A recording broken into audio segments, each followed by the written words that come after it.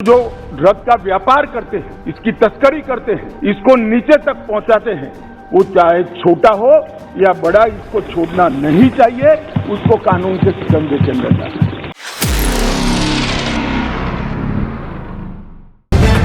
The live TV, सच सबसे आगे। नमस्कार, द लाइव टीवी आप देख रहे हैं। आपके साथ मैं हूं आदित्य कुमार। अब बहुत जल्दी अडानी पोर्ट पर कार्रवाई होने वाली है। अब बहुत जल्दी उन लोगों पर कार्रवाई होने वाली है जो ड्रग्स पकड़ रहे हैं, यानी अडानी ग्रुप पर अब कार्रवाई होने वाली है। क्योंकि यह बात किसी और ने नहीं बल्कि अमित शाह ने कह दी है। अमित शाह ने बाकायदे लोकसभा में भाषण देते हुए यह कहा है कि अब कार्रवाई होगी उन लोगों पर जो ड्रग्स का कारोबार करते हैं, जो ड्रग्स लेते हैं। उन पर कार्रवाई नहीं होगी क्योंकि वो तो विक्टिम है, उनके प्रति हमारी सहानुभूति होनी चाहिए। और आगे कह रहे हैं कि जो छोटा हो या बड़ा, छोटा मतलब जो ड्रग्स का छोटा मोटा कारोबार करता है, बड़ा मतलब अडानी पोर्ट, क्योंकि अडानी पोर्ट पे 21,000 करोड़ रुपए की ड्रग्स पकड़ी गई थी। यानी अडानी पोर्ट पर भी कार्रवाई होने वाली है। अडानी पोर्ट बहुत जल्दी बंद होने वाला है, अगर अमित शाह जी की बात पर हम भरोसा करें तो। यानी अमित शाह जी ने इशारा कर दिया है कि अब उन सभी लोगों पर कार्रवाई होगी जो ड्रग्स का कारोबार कर रहे हैं। गुजरात में ड्रग्स का कारोबार किस तरीके से, आप इसका अंदाजा नहीं लगा सकते। अभी हाल फिलहाल खबर आई है और कितनी सारी ऐसी खबरें हैं जो दबा दी जाती हैं कि यहां ड्रग्स पकड़ी गई, कहीं 500 किलो पकड़ी गई, कहां यहां पकड़ी गई। हजारों करोड़ रुपए की ड्रग्स पकड़ी जाती है गुजरात में, जबकि गुजरात में नशाबंदी के लिए शराब को बंद कर दिया गया है, लेकिन फिर भी वहां ड्रग्स का कारोबार जोर शोर से चल रहा है। तो ज्यादा देर न करते हुए अमित शाह जी का वो बयान सुना देता हूं आपको, जिसमें कह रहे हैं कि पीएम का नशा मुक्त भारत का संकल्प है। नशे की समस्या पर सियासत ना हो, राज्य सरकारों का सहयोग जरूरी। अमित शाह कह रहे थे और कह रहे थे कि जितने भी छोटे से कोई बड़ा हो, सबके ऊपर कार्रवाई होगी, सबको जेल भेजा जाएगा, सबके ऊपर कार्रवाई होगी, जो भी कुछ हो, जैसी कार्रवाई करें अमित शाह जी।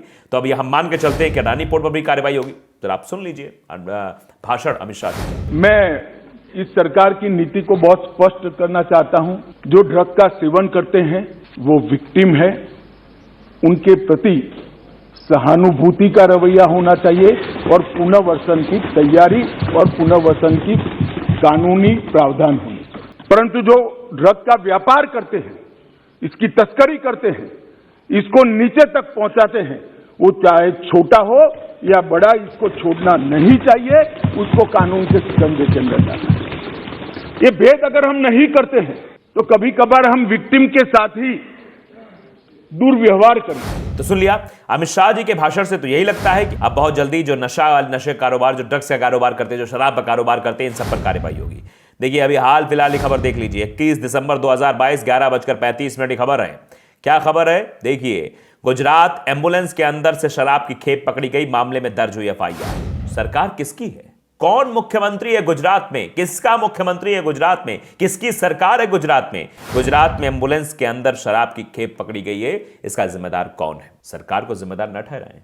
अभी सुधीर चौधरी साहब होते तो वो यही कहते, सरकार इसमें कैसे जिम्मेदार हो सकती है? एम्बुलेंस जो ले जा रहा था वो जिम्मेदार है, अस्पताल जिम्मेदार है, एम्बुलेंस में बैठा मरीज जिम्मेदार है, ये जो लोग शराब पीते हैं वो लोग जिम्मेदार हैं, ये भी कह सकते थे।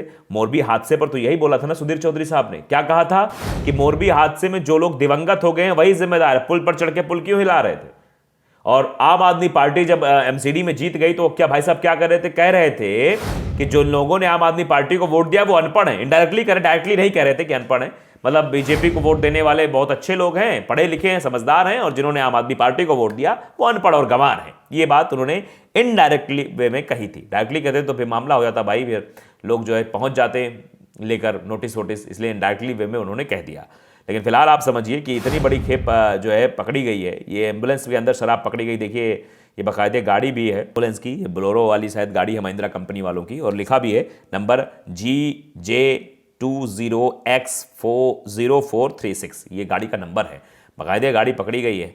तो अंदाज़ा लगाइए, गुजरात में तो भाजपा है, भाजपा की सरकार है, और इधर नशा मुक्ति केंद्र के बारे में कुछ बोल रहे थे। अभी आपने सुना होगा, नशा मुक्ति के बारे में बहुत सारी बातें कर रहे थे कि पीएम का जो है नशा मुक्त भारत का संकल्प है, कि प्रधानमंत्री चाहते हैं कि नशा मुक्त हो भारत। तो जब बताइए गुजरात में शराब बंदी है तो ये खेप कहाँ से पकड़ी गई साहब?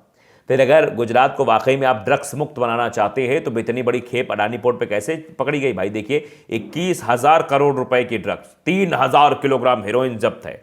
अंतर्राष्ट्रीय बाजार में इसकी जो कीमत थी तकरीबन 21,000 करोड़ रुपए बताई गई थी। इस मुद्दे पर केरल के पूर्व एडीजी से बात भी की थी। दवायर की जो है सीनियर एडिटर जो आरफा खानम है, उन्होंने बात भी की थी इस पर।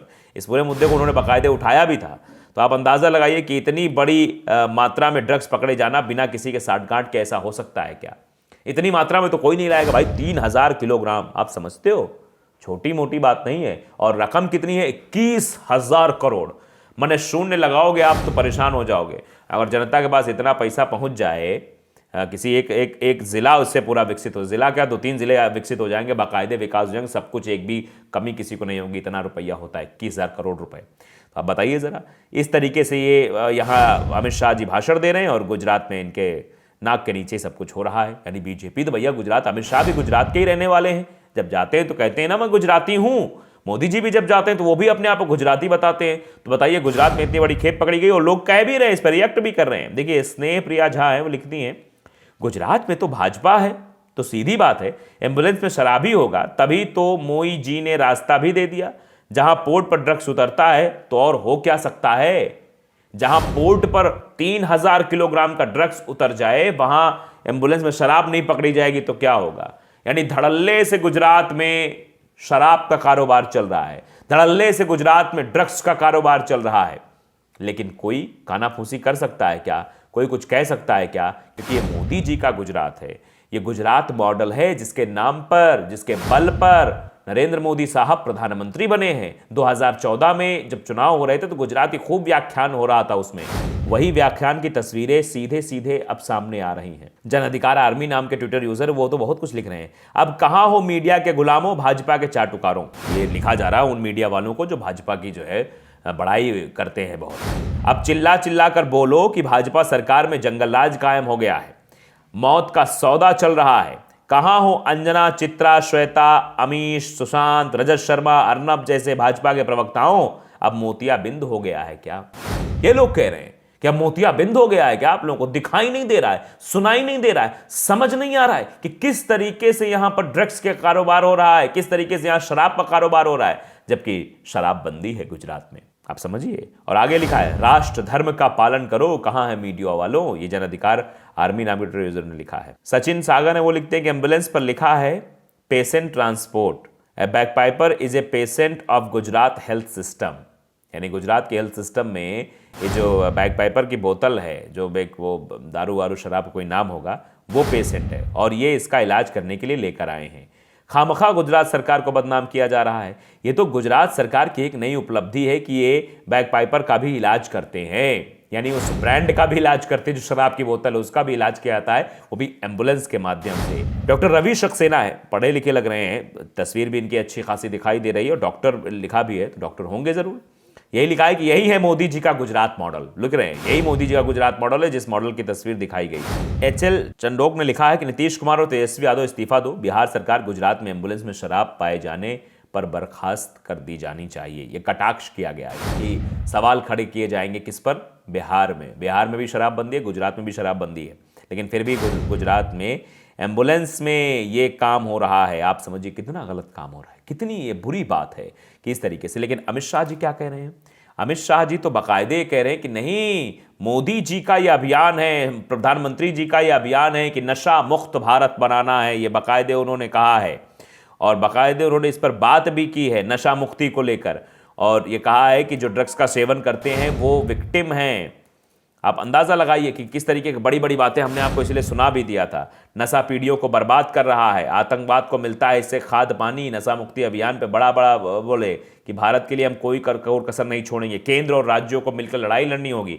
अरे ठीक है, अमित शाह जी लड़ाई लड़ लेंगे, लेकिन जरा बताइए गुजरात में क्या लड़ाई लड़ी जा रही है, गुजरात में क्या कहा जा रहा है। वो तो कह रहे हैं कि इससे पहले संस्थागत मजबूती एवं सतत निगरानी, दूसरा एजेंसियों का सशक्तिकरण एवं समन्वय तथा तीसरा विस्तृत जागरूकता एवं पुनर्वास अभियान शामिल है। शाह ने कहा कि हम सहयोग, समन्वय और गठजोड़ के त्रिसूत्री सिद्धांत के आधार पर काम कर रहे हैं और जब ऐसा नहीं होगा हम लड़ाई नहीं जीत पाएंगे।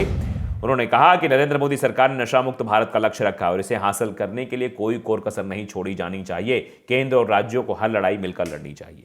तो अगर मिलकर लड़ाई लड़ी जाएगी तो सबसे पहले तो अडानी पोर्ट बंद होगा, 3000 किलोग्राम वहां पकड़ा गया, फिर ऐसी पता नहीं कितनी एम्बुलेंस पकड़ी जाएंगी, बहुत कुछ होने वाला है। अडानी जी अब होशियार हो जाएं, अडानी पोर्ट के लोग भी जो काम करें होशियार हो जाएं। मोदी जी बहुत जल्द बहुत बड़ा अभियान चलाने वाले हैं। तो द लाइव टीवी अगर आपने सब्सक्राइब नहीं किया, सब्सक्राइब जरूर करिए, बेल आइकन दबाइए ताकि सच खबरें आप तक पहुंचती रहें। नमस्कार। द लाइव टीवी, सच सबसे आगे।